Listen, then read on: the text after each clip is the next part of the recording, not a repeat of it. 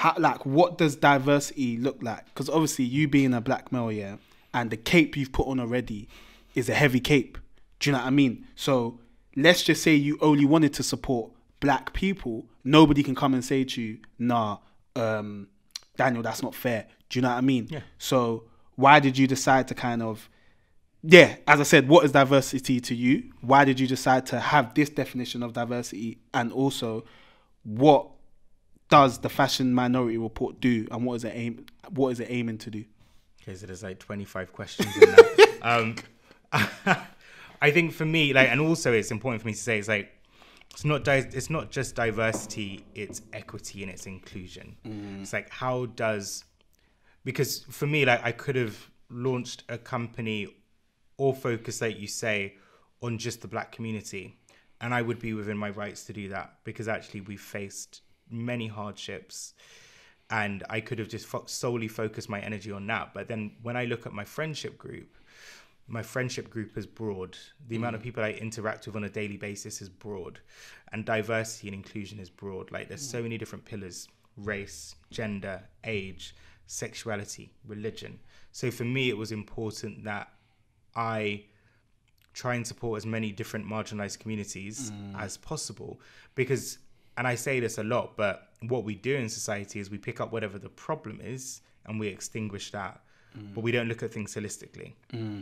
It's like, how do I look at all of these different touch points? And it's like, some amazing companies have launched over the past 18 to 24 months, like the Black in Fashion Council and other organizations, and what they do is amazing, or good in that sense. But for me, my focus needed to be slightly broader, because I felt that I had more of a duty of care to supporting more people in that sense, or broader.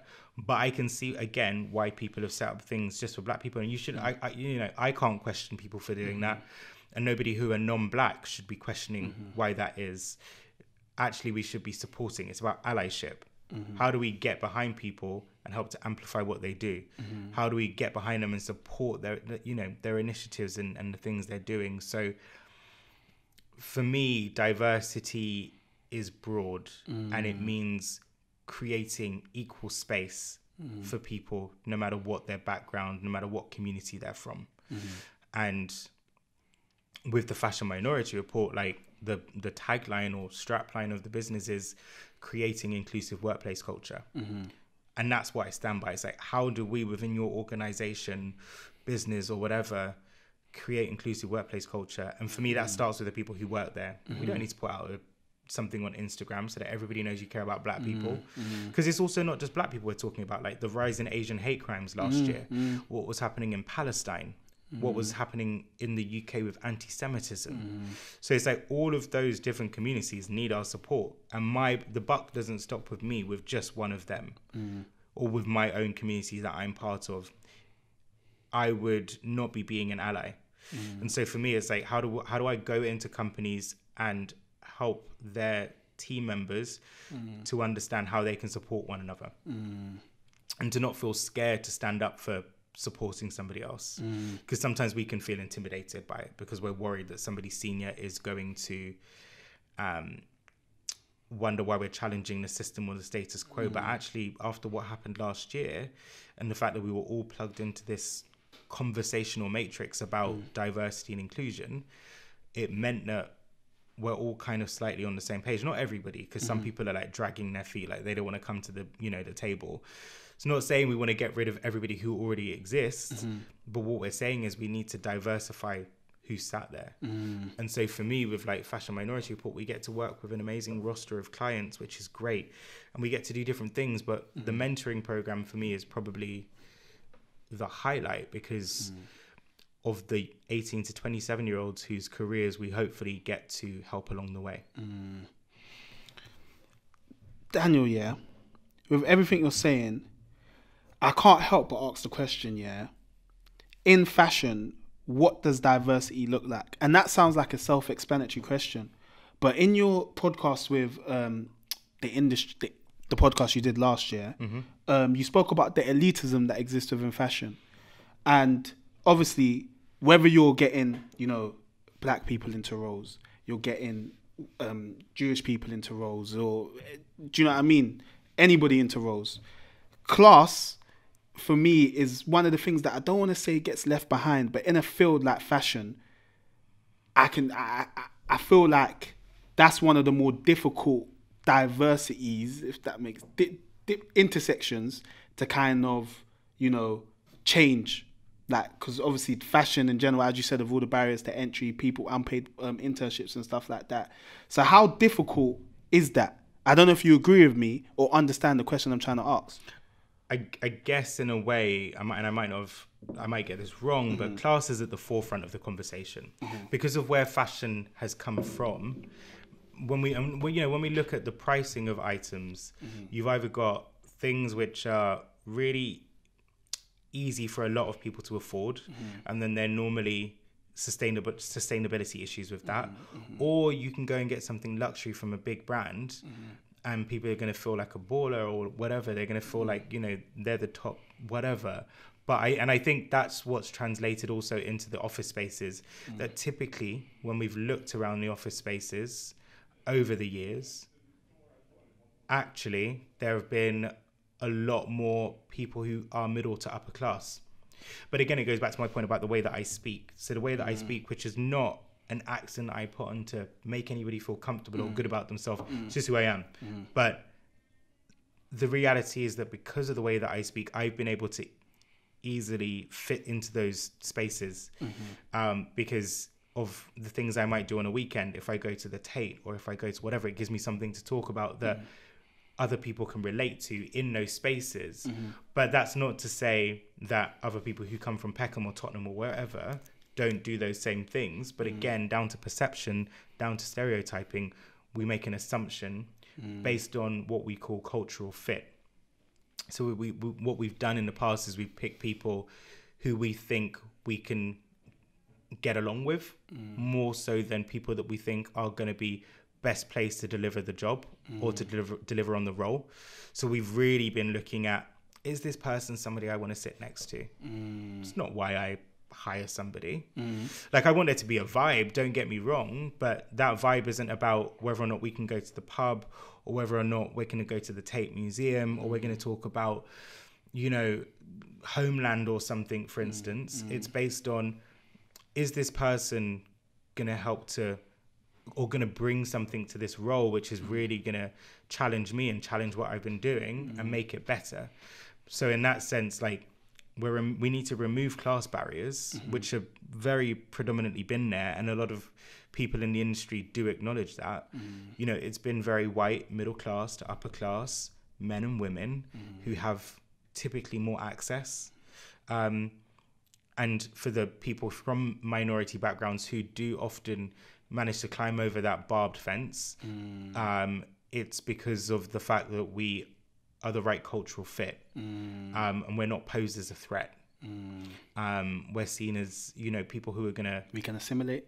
Yeah, in a way. And like, I'm not there to be, you know, a clown. Like, I'll be funny, I'll be charismatic, but I'll get my job done. But I'm not doing that in a way that's going to make you feel happy per se. Like, I'm just like, I need to show up to work as me every day. And I think that's what we need to be doing in industry now. We need to be creating a space where everybody can turn up as their authentic self. And so far, we've not been able to necessarily do that incredibly well. Even just being able to bring in your own lunch from your own cultural background that's going to have particular flavorings and spices that people are going to not necessarily recognize. But it's not for you to call out, what's that smell? It's for you to just be quiet and let that person enjoy their food. 100%. Or Food's nice as well. Yeah, exactly. Like, if I want to bring ackee and saltfish to the office, like, I'm going to do that. But, you know, at the same time, you know, yes, we've all been a little bit more naive to the benefits of what having a more diverse team will bring to your business. Daniel, like, honestly, I'm so happy with that answer, because obviously coming from a working class background myself, it's like, it's so weird because even obviously being a black man, it's like you would expect me to see black men in certain positions or black women in certain positions and trust that they want to help us. But then when I find out that they went to Eton or they went to this sort of private school.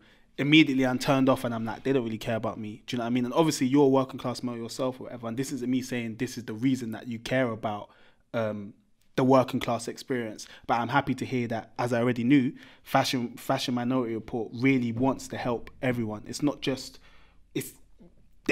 you're focusing on all the intersections, and although, as I said, it's a heavy cape to carry, it's what needs to be done to obviously change the industry. And leading on to my next question, you used it in a different context, but you mentioned the word clown and not wanting to, you're not the clown, obviously you're not. When you said that, it reminded me of a question I had in my head regarding tokenism. And I feel like in the fashion industry, you're fully within your right to disagree. Like, sometimes I feel like a lot of tokenism goes on and then it's celebrated. And then I say to myself, how much should we celebrate this? Like, for example, you obviously got Virgil, who's creative director, LVMH. I don't know if that's at Louis Vuitton. So yeah, I don't know if that's his actual role. Then you got Edward Enninful, Vogue and stuff. But then if you look at the actual workforce of those companies, probably like 0.001% diversity wise. Do you know what I mean? So how much should we celebrate those things? I mean, look, change doesn't happen overnight. True. I think that's a point to note. But when you do look at Edward's team, it is a lot more diverse than it was under the previous stewardship of Alexandra Shulman. You may have seen that picture taken on the roof before Alexandra left, and it was of the entire Vogue staff. And it was quickly called into question by, I believe, Naomi Campbell, who called out the lack of diversity that was there.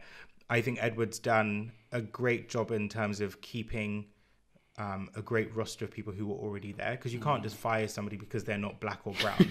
Like, you can't just be like, here's the door, bye. You know, it's more a case of being strategic and building the best team, but then bringing in different representation. You know, Donna Wallace is there working on accessories. There are other people's names who I can't remember off the top of my head right now, but he's built a really great roster of a team who are young in their mindset. They're fresh and they're doing great stuff.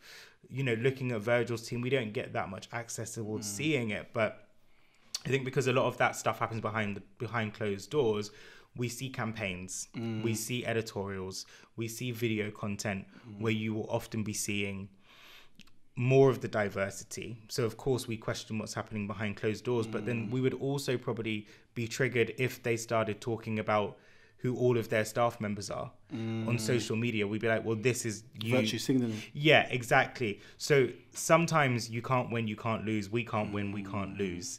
There needs to be conversations which are had so that people can see that there is diversity within your business, but it doesn't need to be done always in such a public forum like an Instagram to showcase how diverse your team is. There are different ways of being able to do that so that it feels more neutralized, or more natural, I should say, as opposed to it feeling like, hey, let's get all of the brown and black people and wheel them out and get them to talk about how great it is to work here. Like, that's not the one. Like, it's not the one. And these things need to feel more organic. They need to feel natural. Don't just jump on a bandwagon because you see 25 other companies doing it. But at the same time, be progressive in what you're doing. Stand behind what you're doing and don't make it a one-time thing. Because if you know, it's not just for a season. You're doing it for a reason in that sense.